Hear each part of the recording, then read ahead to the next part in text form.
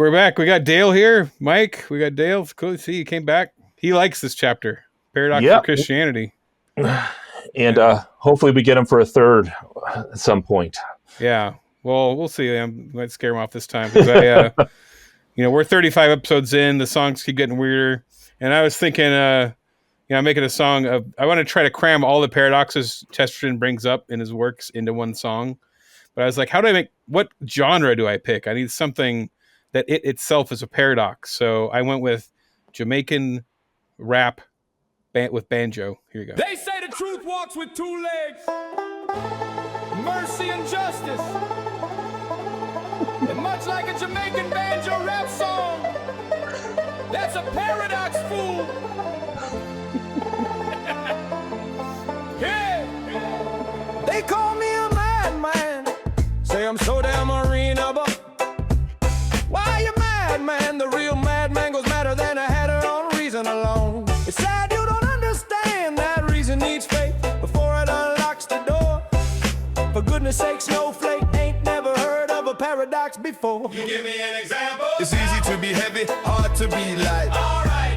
Courage is a strong desire to live, inspired by your readiness to die. No lie. The optimist is green, feels the pessimist is green. Flies, the more love is bound, the less it is blind. Oh snap, you just broke my modernist mind. The Christian is both worse than he thinks and better than he knows. The freedom of art starts with the black and white line that you chose. To love anything is to realize it might be lost. The solutions of man can stand up to the riddles of God. Now this looks like a job for GKC, so get out your copy of Orthodoxy, cause we need a little paradoxy, cause it feels so empty on your hands, the wheel of your reasoning. I said looks like a job for Gilbert Keith, so everybody open up your Orthodoxy, cause we need a little paradoxicality sprinkled on that circular pizza that you eat. Circular pizza that you eat? Yeah. All right, here we go.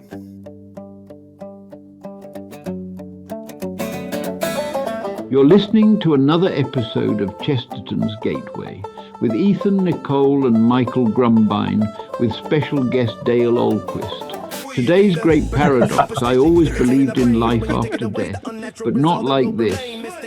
Not like this. I can't say mysticism. Your skulls explode in the heretic clings to one truth, for the others all dull and neglected. Pets history repeats itself. The mistakes of the older you should forget. The cross, a symbol of defeat is. All right, well, we can't listen to the whole song. There's a You've lot got in the there. cross in there too, and that's awesome. What'd you say? All right, this is definitely one I'm going to have to go and I'll put the lyrics in the put all the lyrics because I can hear subtitles. a lot of the fast-paced lyrics going by that refer to some of those, but that's cool. I tried to cram all in, but Ethan, that's you've outdone yourself once again. That's great. Every week, the guy's like a machine. One.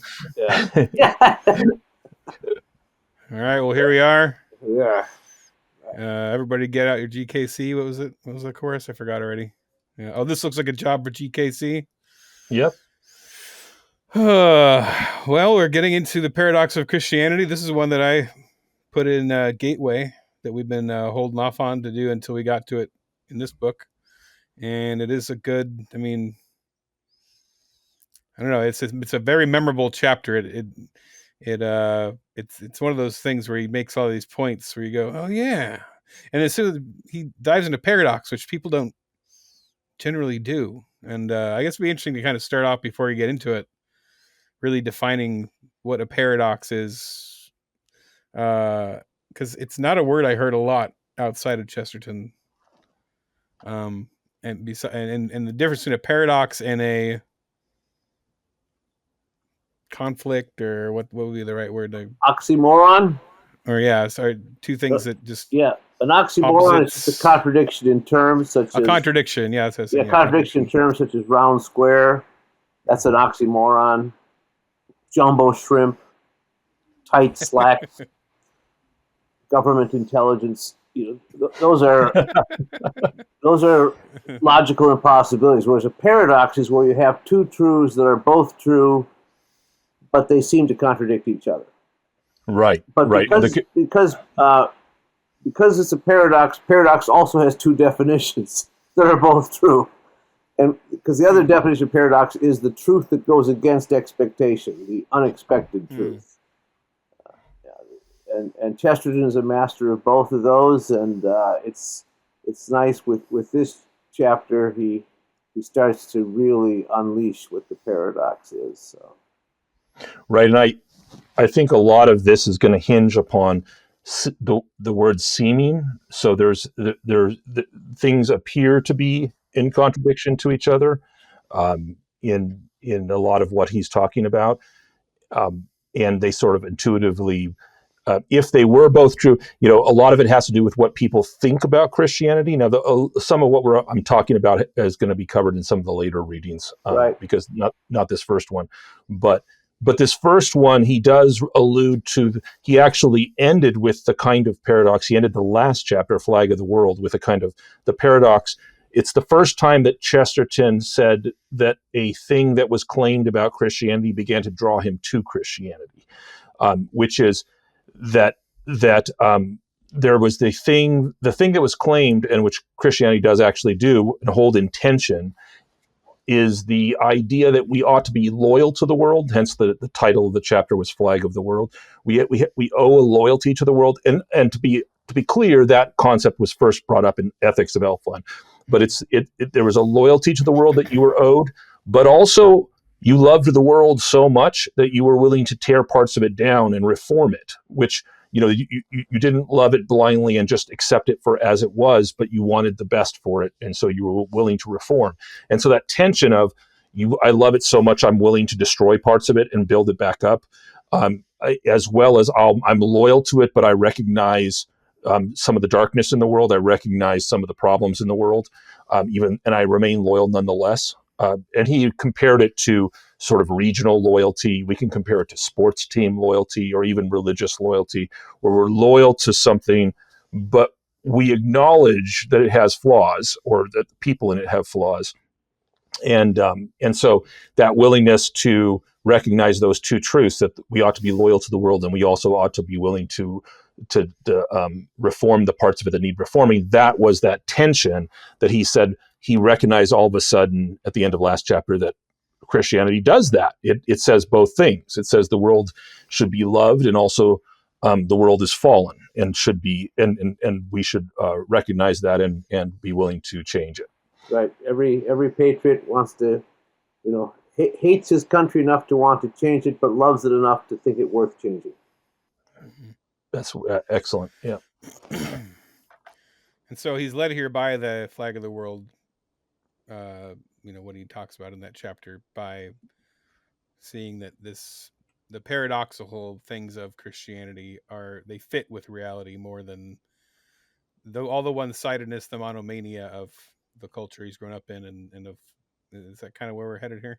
Yes, I think so. I've never done this where I actually connected the dots between chapters and went like, oh wait, that's why this led to here. This is like it's only my fifth time through the book, Dale. So you got to bear with me.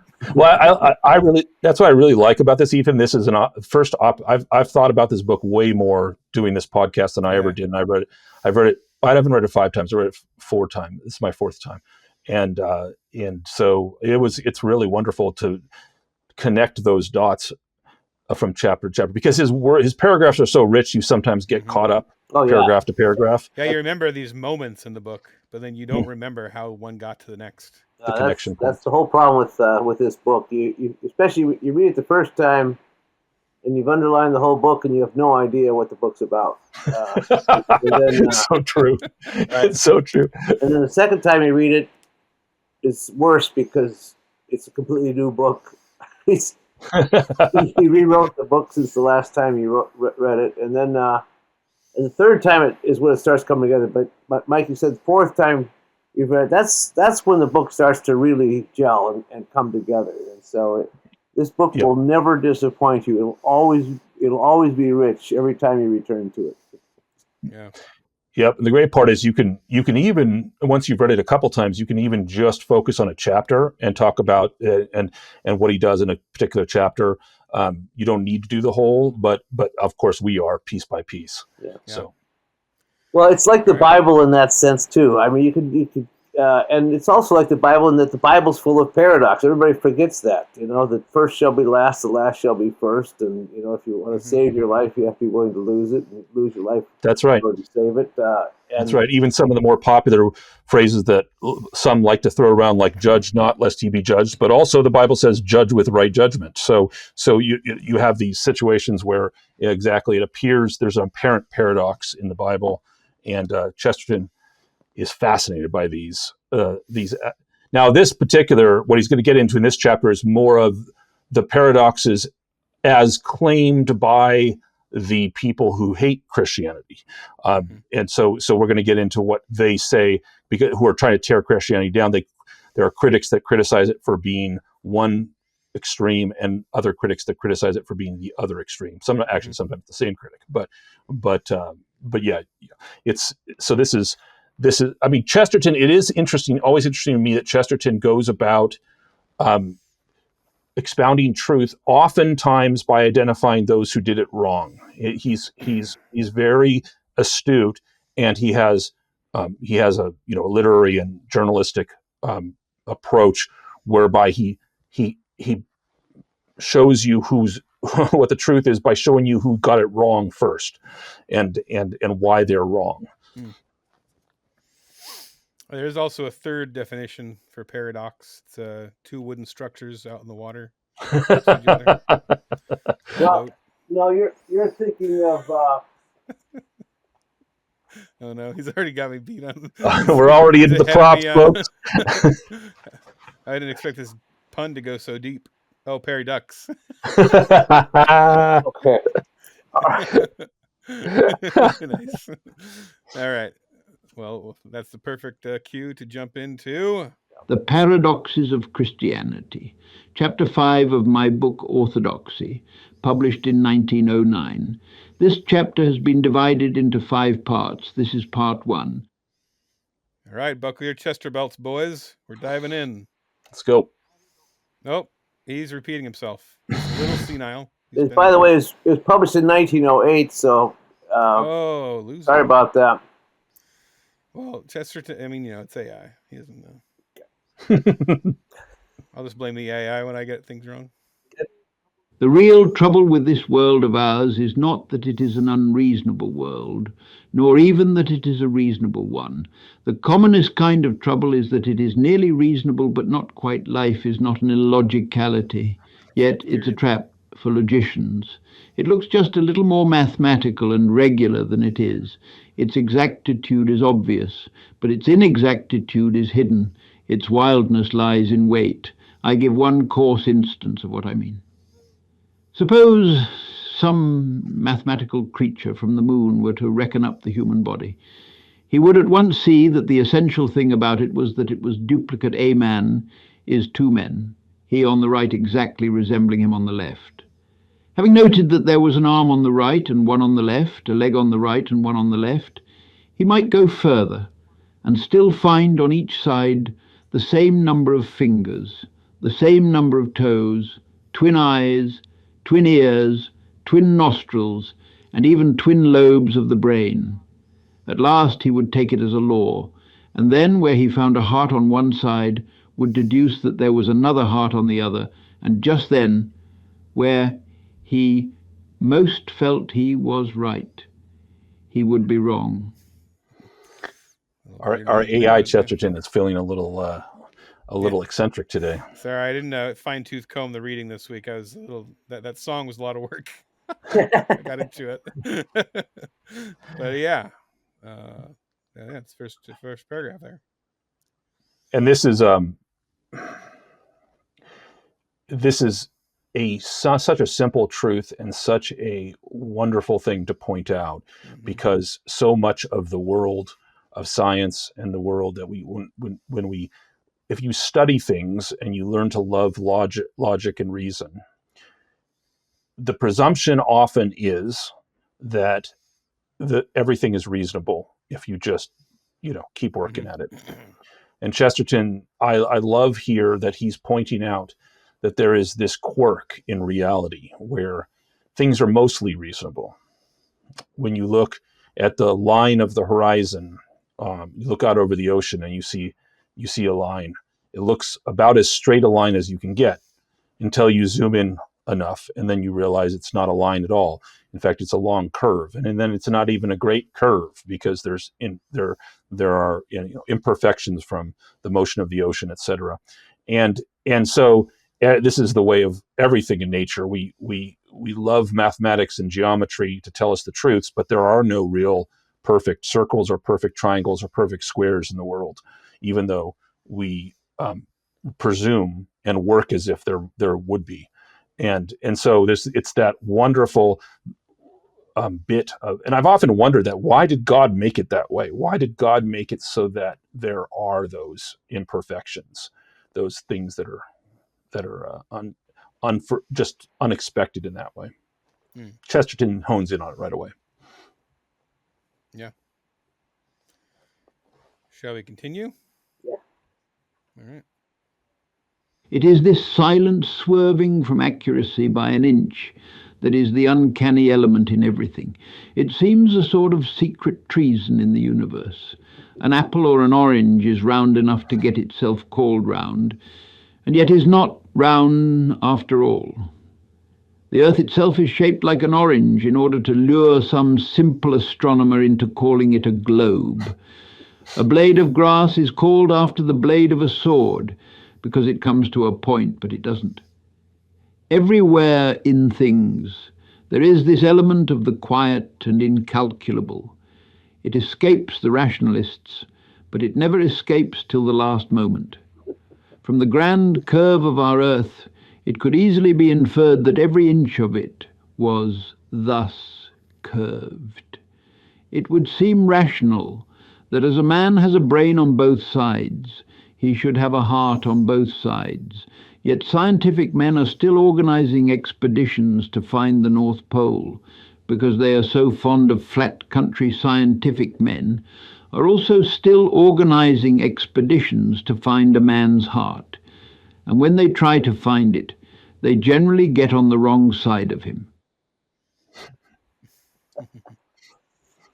Yeah, his heart's in the right place.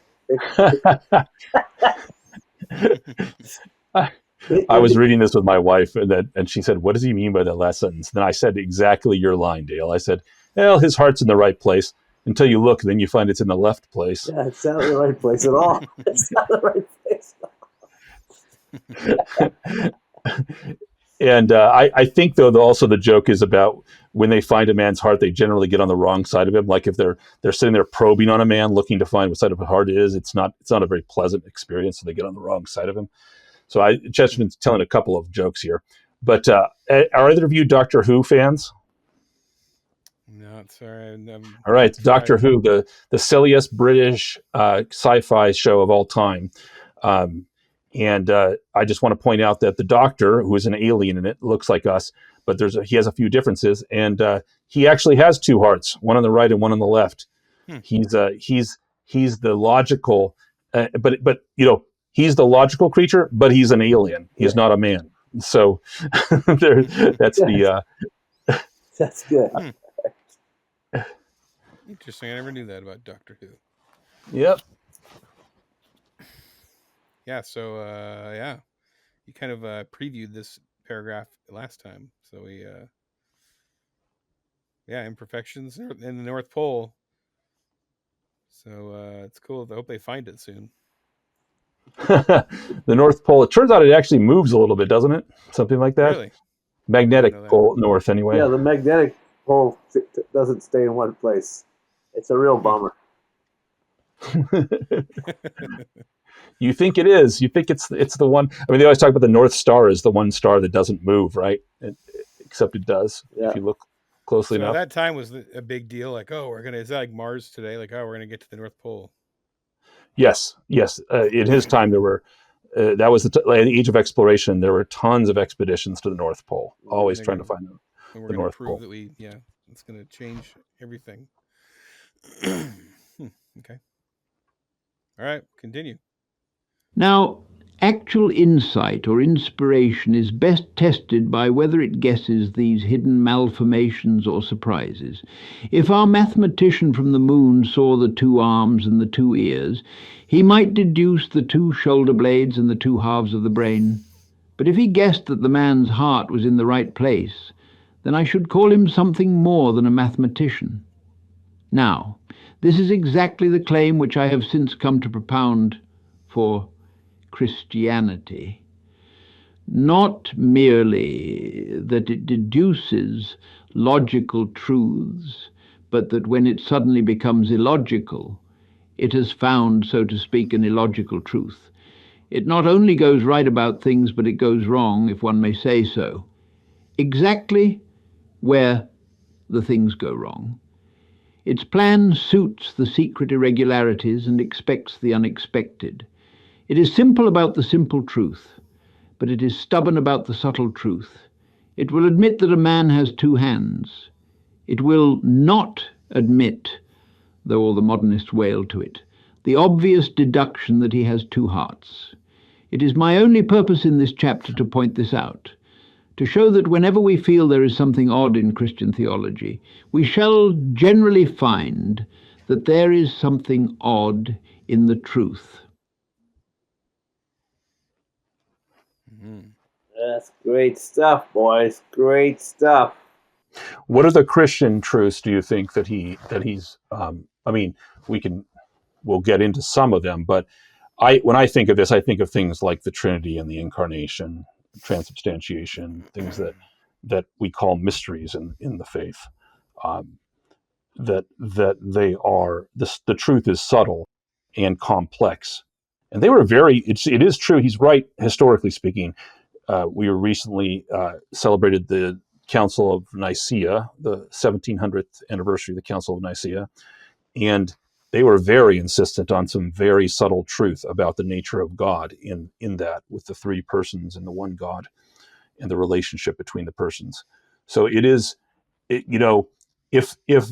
Christianity were just a kind of a political movement, invariably it would have devolved into saying, well, that's just, that's a little too hard for the masses. Let's just simplify it.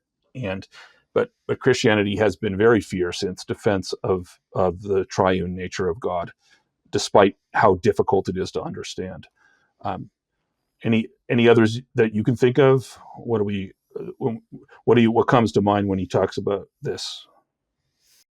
Well, that's he's laying the ground for how paradox is essential to truth itself, to understanding truth, and then he will in this chapter get to the ultimate truth, which is the ultimate paradox, which is Jesus Christ, fully God and fully man. Yeah, incarnation, right? And so he's setting this up very nicely. Yeah. Yeah, the one that struck me, I think, it actually came to me like in the just thinking about it, and then I realized, oh yeah, that's what I think Chesterton talked about. This was during the whole, what was it? Not the Me Too. It was like Black Lives Matter riots, and cancel culture was really that. It was a very angry period that went on there for a while. A lot of people getting canceled, and like you'd see people who got canceled, and there was like no path to forgiveness. Like there's no forgiving these people. They had to be forgotten, wiped out. Like Roseanne Barr would be an example to me. Like you shouldn't lose your entire career for the rest of your life for I don't think for what happened with her. Like she made a bad joke. You should be able to apologize or clear the air or something. There should be some path. But and I realized what I really love about. Sorry, go ahead. Mel Gibson, yeah. There's numerous. If you didn't really hurt somebody, there should be a path, and just to realize that I don't know if there's another worldview that fully condemns evil and fully judges evil, or fully judges and has full mercy, full forgiveness to the depth that Christianity has. Justice and mercy. Justice and mercy is probably the greatest of all paradoxes too. They demand both of them. We absolutely demand both justice and mercy. Yeah. But forgiveness is a paradox too, because it means changing the past, which is the thing you can't change. But you can with forgiveness. Oh, that's fascinating. Yeah, and it seems like every other way of thought has to go one way or the other. You can't have both. All right. Yeah, I like that one. We'll continue. I have alluded to an unmeaning phrase to the effect that such and such a creed cannot be believed in our age. Of course, anything can be believed in any age. But oddly enough, there really is a sense in which a creed, if it is believed at all, can be believed more fixedly in a complex society than in a simple one. If a man finds Christianity true in Birmingham, he has actually clearer reasons for faith than if he had found it true in Mercia. For the more complicated seems the coincidence, the less it can be a coincidence. If snowflakes fell in the shape, say, of the heart of Midlothian, it might be an accident. But if snowflakes fell in the exact shape of the maze at Hampton Court, I think one might call it a miracle. It is exactly as of such a miracle that I have since come to feel of the philosophy of Christianity. The complication of our modern world proves the truth of the creed more perfectly than any of the plain problems of the ages of faith. It was in Notting Hill and Battersea that I began to see that Christianity was true. This is why the faith has that elaboration of doctrines and details which so much distresses those who admire Christianity without believing in it. When once one believes in a creed, one is proud of its complexity, as scientists are proud of the complexity of science. It shows how rich it is in discoveries.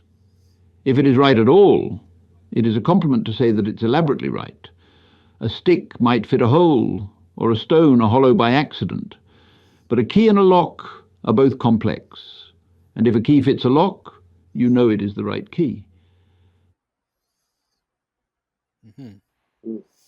Now, it'll help me at some of these places he mentions with context.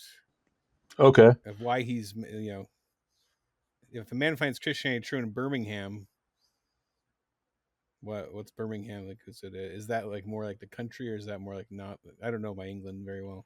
Birmingham would be a complicated industrial city. Yeah. Okay, industrial city. Right. Yeah, Mercia is it's one of the old Anglo-Saxon kingdoms in the middle of England. So it's it's south of Yorkshire and north of Wessex and east of Wales. So it's like kind of the middle chunk. So it's he's just saying like the complexity of modern Birmingham. If Christianity can satisfy you there, that speaks more to its strength than if it satisfies you in a medieval England, in a kingdom of medieval England. Okay. And then the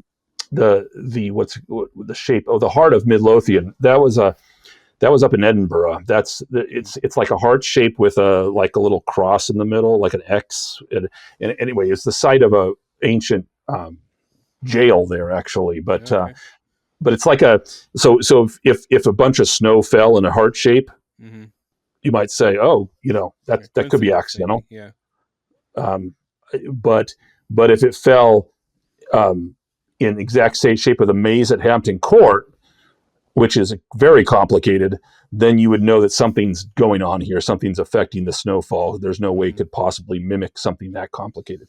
And that I find that really fascinating, because I don't know what the point of complexity is, but there is a tipping point in complexity where once something is complex enough, we start to seek other causes for it. We recognize intuitively that it can't simply be an accident at a certain level of complexity.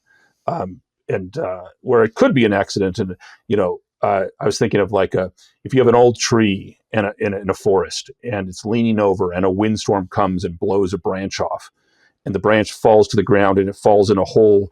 The branch is like a V-shaped branch, and it falls into a hole that just happens to fit the V-shaped branch pretty perfectly. That could be an accident. But if the windstorm blew the whole tree into pieces, and all the pieces fell, and every piece fell in a hole exactly shaped to its size, then you'd think there's something else going on there. There's too much complexity at that point. A lock, that's the key in lock That's the way I read it anyway, the key and lock example. There seems to be maybe design at work at that point, yes. Right. The other two He says, significant... Go ahead. oh yeah, maybe you were saying what I was about to say. He said it was in Notting Hill and Battersea that I began That's to what see I that was gonna Christianity was true. Yeah. Right. Yeah, those are the significant cities I think they're mentioned too. The fact that those are the two cities where he was growing up and forming his philosophy, and he, saying that I believe this philosophy to be true when I grasped it in Notting Hill and in Battersea. Notting Hill is where he was born and grew up, and Battersea is where he first lived when he got married. So it's right at the beginning of his marriage is when he's really fully embraces Christianity, and we're talking about 1901, 1902, and he says if I believed it in Notting Hill and Battersea, I should be able to believe it anywhere. It's not my belief is not tied to those two places. Okay. That makes sense. Anything else in that paragraph worth pointing out, or overall? Just so when you come back and do the everlasting man, he will use this illusion of the lock and the key again to explain the creed in the everlasting man. That's right. We'll be back. Years from now, we'll be back. It's going to take a while. Here we go. But this involved accuracy of the thing makes it very difficult to do what I now have to do, to describe this accumulation of truth. It is very hard for a man to defend anything of which he is entirely convinced. It is comparatively easy when he is only partially convinced. He is partially convinced because he has found this or that proof of the thing, and he can expound it. But a man is not really convinced of a philosophic theory when he finds that something proves it. He is only really convinced when he finds that everything proves it, and the more converging reasons he finds pointing to this conviction, the more bewildered he is if asked suddenly to sum them up. Thus, if one asked an ordinary intelligent man on the spur of the moment, "Why do you prefer civilization to savagery?" he would look wildly round at object after object, and would only be able to answer vaguely, "Why, there is that bookcase, and the coals in the coal scuttle, and pianos, and policemen." The whole case for civilization is that the case for it is complex. It has done so many things, but that very multiplicity of proof, which ought to make reply overwhelming, makes reply impossible. Yeah. Well, this book is in many ways summed up by the line, "A man's not really convinced of a philosophic theory when he finds that something proves it. He's only really convinced when he finds that everything proves it." And throughout the book, he's basically saying, here again, Christianity is proven to be true. Well, here again, it's proven to be true. Bring up this objection. Well, Christianity has an answer for that objection. Right. Bring up this example. Well, that fits the Christian explanation very well. And so that is sort of a thread to the whole book. That line right there. Yeah, yes. One thing in a lot of apologetics books, they take you from point A to B to C to D to you're locked in. They're like putting prison bars of faith around you that you can't get out of. You have to be a Christian. And you're stuck with because I've locked you in with my amazing logic. Chesterton, and I'm not saying I like other apologetics, but that's kind of, it's almost a more modernist way of arguing and kind of just structuring it around you and kind of no way out. We've thought of all the arguments. Chesterton doesn't really do that. He just goes, it's like, well, here's a piece of evidence, and here's one, and this huge amount of evidence convinced me, and he kind of invites you to look at all of these things with him, as opposed to what what kind of used to in this world of making an argument for your faith, and where it's refuting and kind of locking things in place. He's going through a little arboretum or whatever, or something with butterflies everywhere. I'm like, oh, look at this butterfly and this. I don't know. I didn't think of an analogy ahead of time, but Well, I like what you said, Dale, there, because that's my experience too with anything that's generally true or excellent. Authors wise, I have this experience. Like, I can read an author who makes a good argument for something, fine. But when I read, but it's only with authors like Shakespeare that every time you experience him, you see something true about human nature. You say, oh, yep. I can really tell Shakespeare had a clear vision of human nature. If someone said, well, prove that, how prove to me that Shakespeare, I wouldn't be able to. I'd just be like, well, you got to read this and you got to read that. And then when you read it, these instances, so many cases, you see he had his thumb on the pulse of what makes human beings tick. And I had the same experience with Aristotle when I was reading Aristotle for the first time.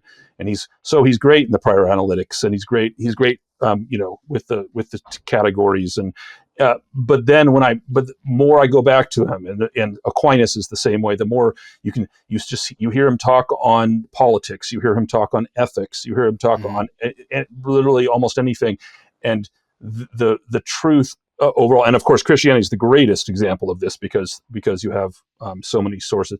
But it isn't possible to simply sit and for someone to say, well, prove to me that Aristotle is the greatest philosopher that ever lived. Well, I don't know. I can't do that.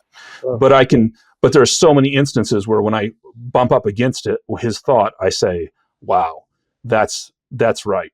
And you do that with the Bible, and you do that with your, in my case, my Catholic faith, what the church is teaching over the centuries, and you do that with, and I think that's Chesterton's getting at that point where it kind of, nothing convinces us totally until it explains everything in whatever milieu it's in. Yeah, that's how I feel about K-pop demon hunters. Oh no, you're so wrong. I'm sorry, you broke up. So I feel about what? Sorry. So this is the newest trend on for the kids. K-pop. Yeah. Okay, I think we should move on. Yeah, let's move on. Yeah. Let's get back to Chester. Are we on There Is Therefore? Yes, sir. Okay. Oh, this is a longer one. There is therefore about all complete conviction a kind of huge helplessness. The belief is so big that it takes a long time to get it into action. And this hesitation chiefly arises, oddly enough, from an indifference about where one should begin. All roads lead to Rome, which is one reason why many people never get there. In the case of this defense of the Christian conviction, I confess that I would as soon begin the argument with one thing as another. I would begin it with a turnip or a taximeter cab. But if I am to be at all careful about making my meaning clear, it will, I think, be wiser to continue the current arguments of the last chapter, which was concerned to urge the first of these mystical coincidences, or rather ratifications. All I had hitherto heard of Christian theology had alienated me from it. I was a pagan at the age of 12, and a complete agnostic by the age of 16. And I cannot understand anyone passing the age of 17 without having asked himself so simple a question. I did indeed retain a cloudy reverence for a cosmic deity and a great historical interest in the founder of Christianity. But I certainly regarded him as a man, though perhaps I thought that even in that point he had an advantage over some of his modern critics. I read the scientific and skeptical literature of my time, all of it at least that I could find written in English and lying about. And I read nothing else. I read nothing else on any other note of philosophy. The penny dreadfuls which I also read were indeed in a healthy and heroic tradition of Christianity. But I did not know this at the time. I never read a line of Christian apologetics. I read as little as I can of them now. It was Huxley and Herbert Spencer and Bradlaugh who brought me back to orthodox theology. They sowed in my mind my first wild doubts of doubt. Our grandmothers were quite right when they said that Tom Paine and the free thinkers unsettled the mind. They do. They unsettled mine horribly. The rationalist made me question whether reason was of any use whatever. And when I had finished Herbert Spencer, I had got as far as doubting, for the first time, whether evolution had occurred at all. As I laid down the last of Colonel Ingersoll's atheistic lectures, the dreadful thought broke across my mind. Almost thou persuadest me to be a Christian. I was in a desperate way. Yeah. So the great apologists, Spencer, Bradlaugh, Huxley. Yeah, Yeah. so these Ingersoll. are evolutionists. Oh. Right. Yeah. They're skeptics. They doubt the existence of God. They believe in a materialistic explanation for everything. And Chesterton says, yeah, they're the ones who convinced him that Christianity was true. But this, Ethan, we were talking about classical apologetics is to, lock a person in and give them no escape. This really is the opposite approach. That Right. he's considering all the skeptics and all the enemies of Christianity. You realize they're attacking Christianity from all sides, and as he points out later, they don't mind contradicting each other and tripping over their own objections simply in order to prove Christianity false. Maybe there's something to it, that these attacks are so desperate on it. And he also, the other great point in this paragraph is that you have to start somewhere. And Chesterton is a master of this throughout his writing. He can start with a turnip and somehow show that Christianity is true wherever he starts. He says elsewhere, if you can't prove your faith to a taxi man, you can't prove it to anybody.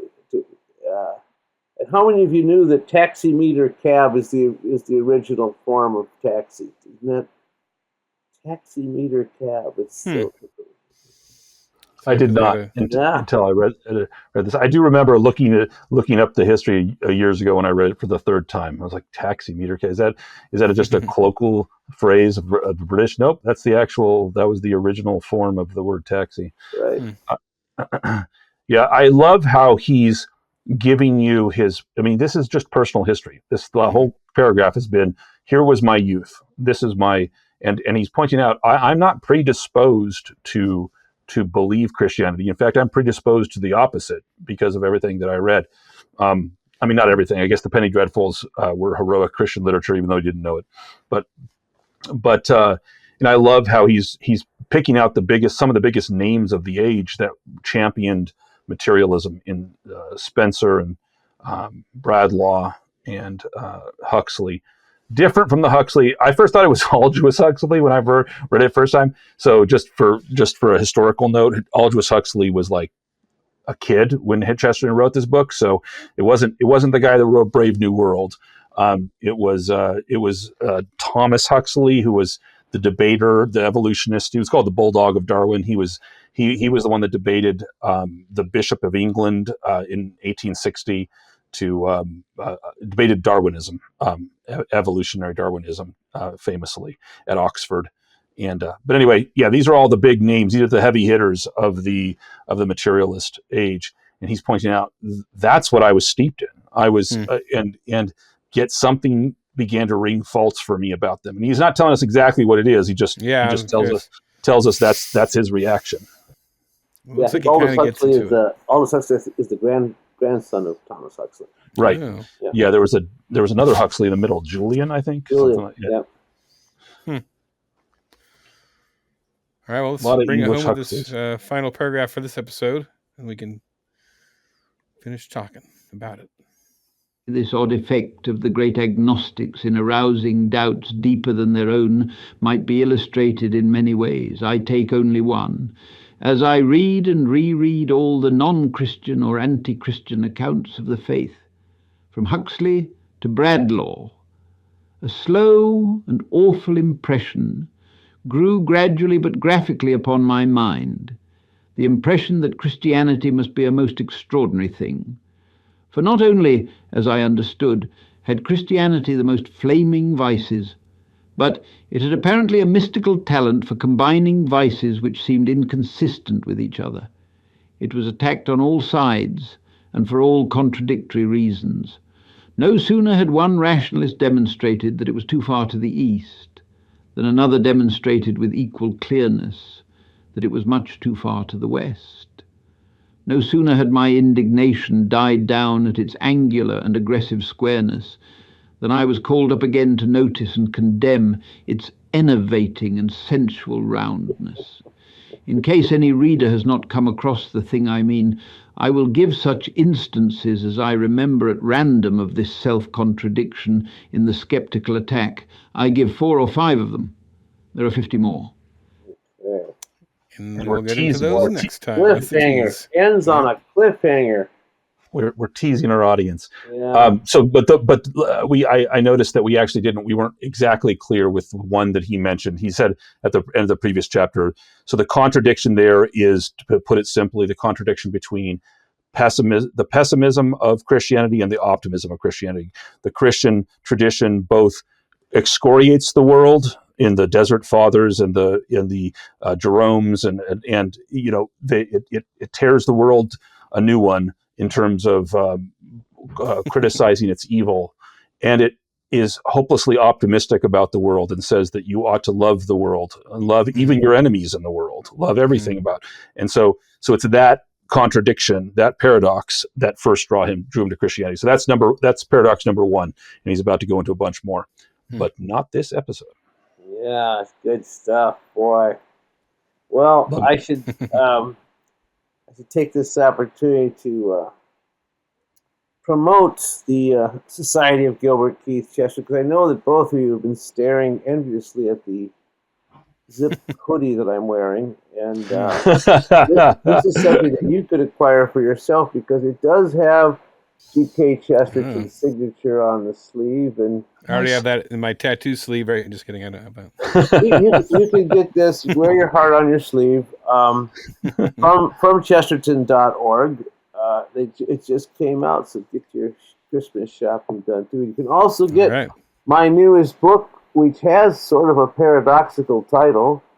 I also had an alternative autobiography of GK Chesterton. Well, now, wait a minute now. How can you write an alternative autobiography? How can you write an autobiography of someone else after they've been dead for 90 years? How can you do that?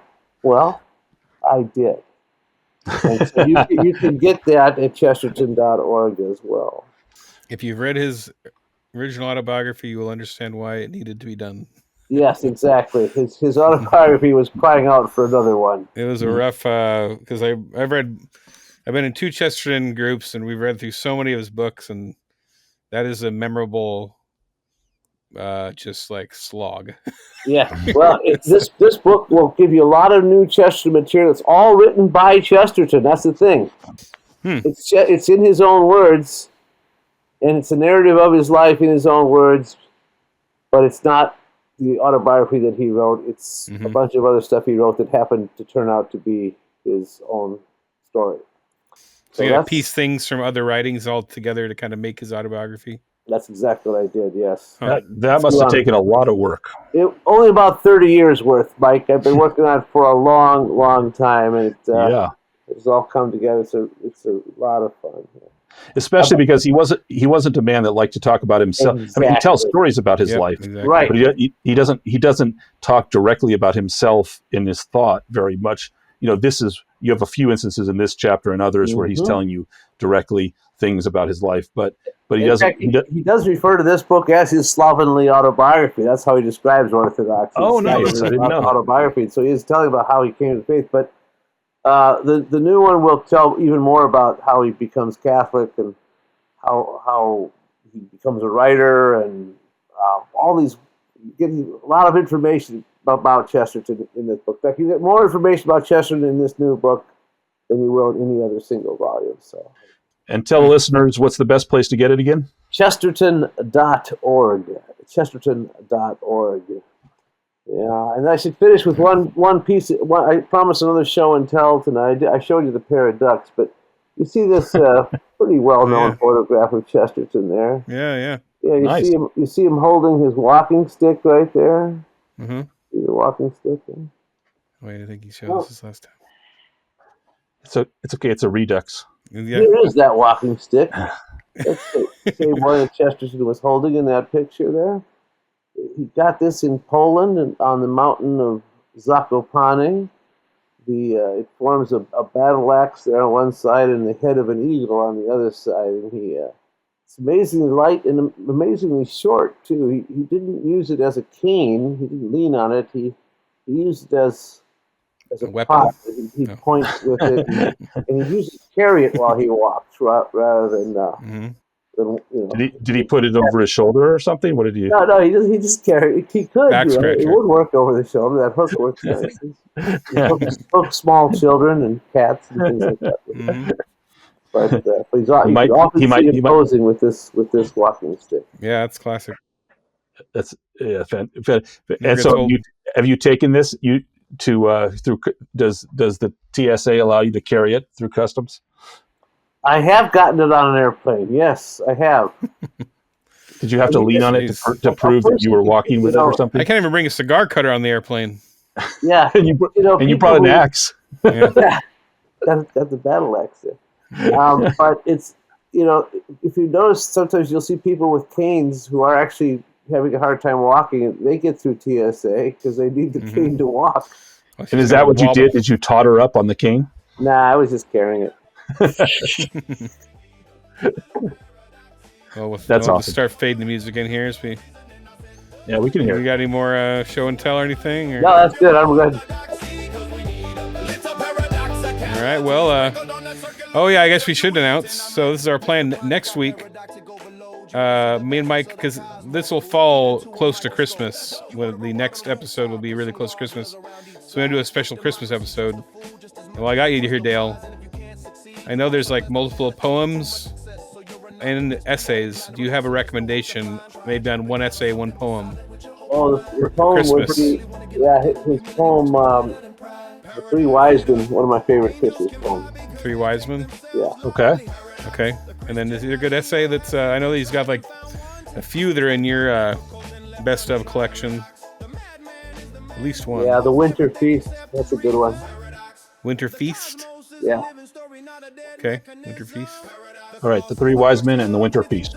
Yeah, and then eventually we'll get into the part 2 of Everlasting Man. That's like that's the true Christmas story there. Yeah, that's it. Yeah.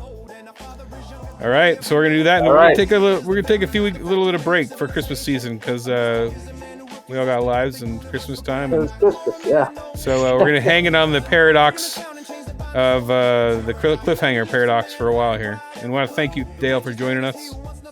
Thank you very much. My